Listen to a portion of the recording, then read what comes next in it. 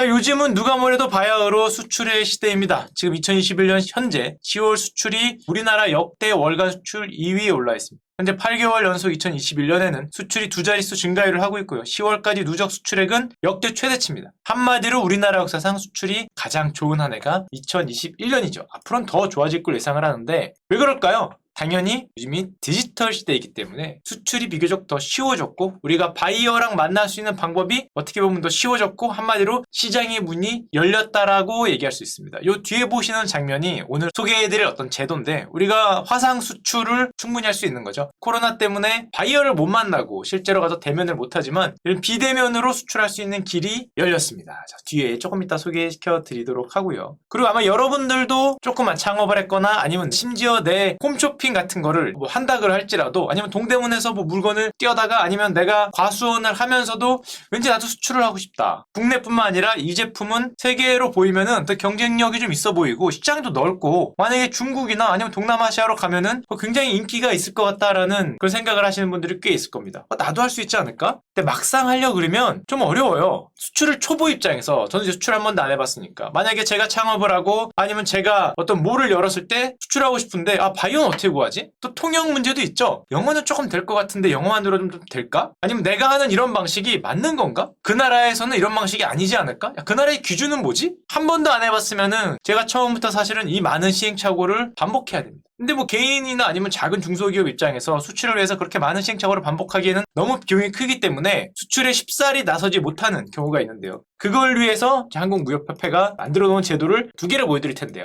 그 중에 하나가 비대면 화상 수출 상대매입니다. 뭐 이름만 봐도 알 수 있겠죠. 요즘에 코로나니까 대면으로 수출 바이어를 만나기 힘들죠. 찾기도 힘들고 그런 해외 마케팅에 어려움을 겪고 있는 중소기업, 중견기업 아니면 여러분들을 위해서 한국무역협회가 지원해드리는 제도가 바로 화상 상담회입니다. KITA, 기타 비대면 화상 수출 상담회라고 하면 되는데 참가업체를 항상 모집하죠. 여러분들이 만약에 저기에 지원을 하면 어떻게 되느냐? 이렇게 됩니다. 실제로 수출에 관심 있는 분들은 꼭 지원을 해보기를 권장드리는데 일단 해외 바이어를 섭외해드리고요. 여러분들의 어떤 상품이나 제품을 해외 바이어들한테 알려드립니다. 그리고 해외 바이어 신용조사도 해요. 바이어가 신용이 낮으면 물품 대금을 제대로 못 받고 할 수 있기 때문에 그런 것도 해드리고 매칭을 해드립니다. 그리고 상담 스케줄을 잡고 실제로 비대면 상담을 할 수 있는 그런 장소까지 제공을 한 다음에 화상 장비도 예약해드리고 상담회를 개최하고 여러분들은 가서 여러분들한테 정해져 있는 바이어하고 얘기를 하면 되는 겁니다. 제가 알기로는 아마 그 통역 관련해서 만약에 태국이나 베트남이다 그런 관련 통역 요원도 여러분들한테 배정해 드릴 수도 있을 것 같아요.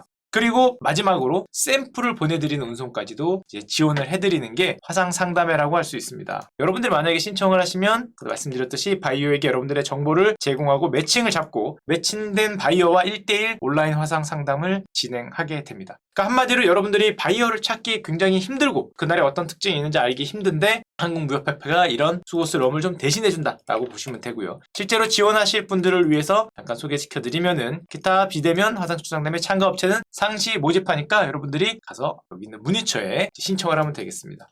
어떤 곳에서 하냐? 그때그때 다르지만 이렇게 공간이 제공이 되고요. 여기 가서 화상을 보면서 바이어하고 여러분들의 수출 내역을 이제 상담을 하시면 되겠습니다. 제가 몇 가지 사례를 갖고 왔습니다. 좀 재밌는 사례를 뽑으려고 노력을 했는데 예를 들면 이런 게 있습니다. 전통 발효 식초로 만든 화장품으로 세계 뷰티 시장에 도전하겠다. 이제 뭐 중소기업이죠. 작은 기업들인데 이 워너세븐 이사님이 뷰티 시장에 뛰어든 이유가 또 있습니다. 이분이 원래 아토피로 좀 힘든 시간을 보내고 계셨는데요. 그때 천연 발효 식초를 소개받았다고 합니다.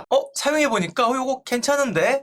이렇게 하고 있었는데 또 잘 지켜보니까 양조장에서 일하시는 그 장인분들의 피부도 그렇게 좋았다고 합니다. 그래서 좀 오랜 연구 끝에 천연 발효 식초가 피부에 도움이 된다는 것을 확인을 하고요. 이 식초를 원료화해서 담은 화장품을 개발하셨다고 합니다.